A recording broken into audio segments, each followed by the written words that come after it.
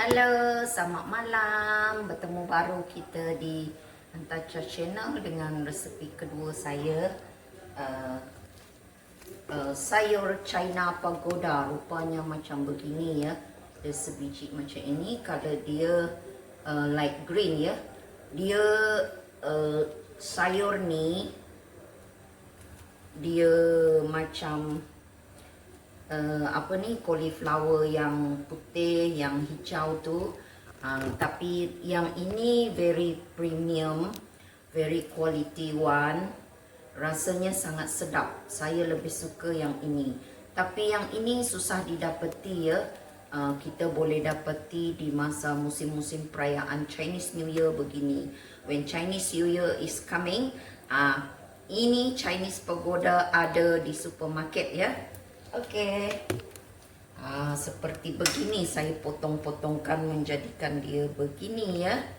Rasanya sangat lazat guys. Kalau tak percaya, coba. Okey, saya akan masakkan tumis dengan sayur daun bawang begini dan juga Chinese sausage. Boleh juga dicampur dengan udang ya, tapi hari ini saya menggunakan sosis saja. Semestinya ada bawang-bawangan ya. Okey, mari kita mula memasak.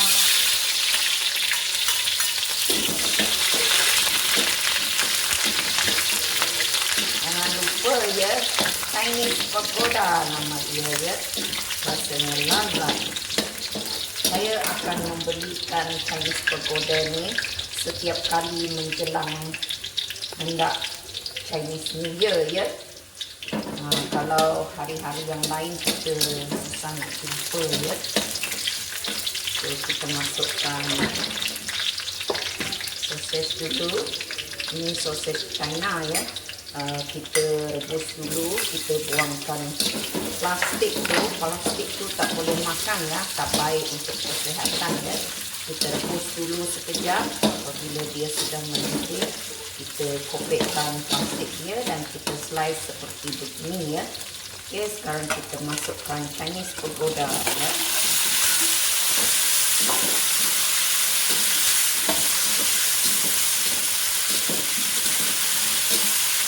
Chinese Pagoda ni dia lebih sedap dari yang warna putih, cauliflower white color, green and ada sejenis lagi yang halus tu ya. Sekarang kita masukkan sayur bawangnya ya.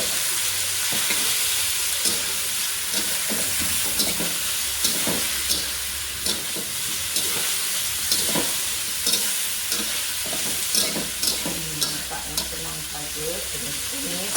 Kita lihat sebentar lagi ya. Halo, mari kita lihat ya.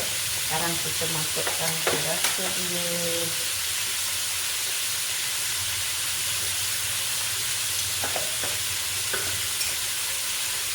Saya letakkan sedikit sesiram untuk menyedapkan rasa dia ya. Sedikit saja.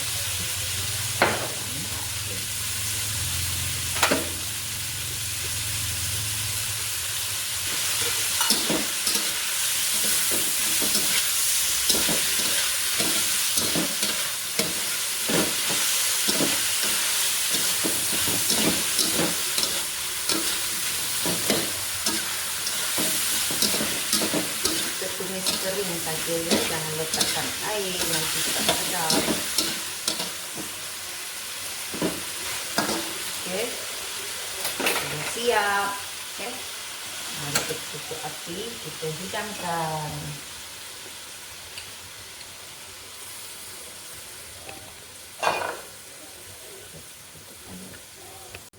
Mari kita hidangkan.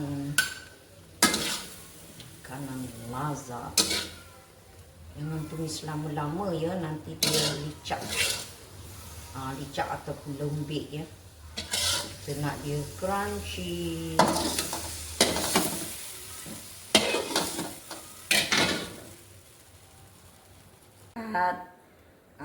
Macam inilah kejadiannya ataupun hasilnya. Yang ini Chinese sausage, yang ini Pagoda China, yang ini daun bawang, Mari kita rasa. Baunya enak.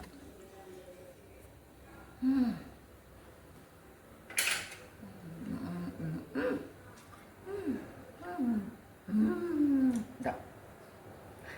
Rasanya enak guys. Manisnya dari Chinese sausage, sebab Chinese sausage ni dia ada rasa manis sedikit saja ya. Kemudian crunchy-nya dari China Pagoda dan juga daun bawang ya. Sedapnya. Mari kita makan. Jangan lupa melihat, menonton dan mencoba resepi saya ini ya. Jangan lupa subscribe Antacha Channel, klik like dan subscribe. Terima kasih teman-teman yang sudah menyokong perjalanan kami. Sekian saja dari saya untuk malam ini. Bye-bye. Jumpa lagi di konten mendatang.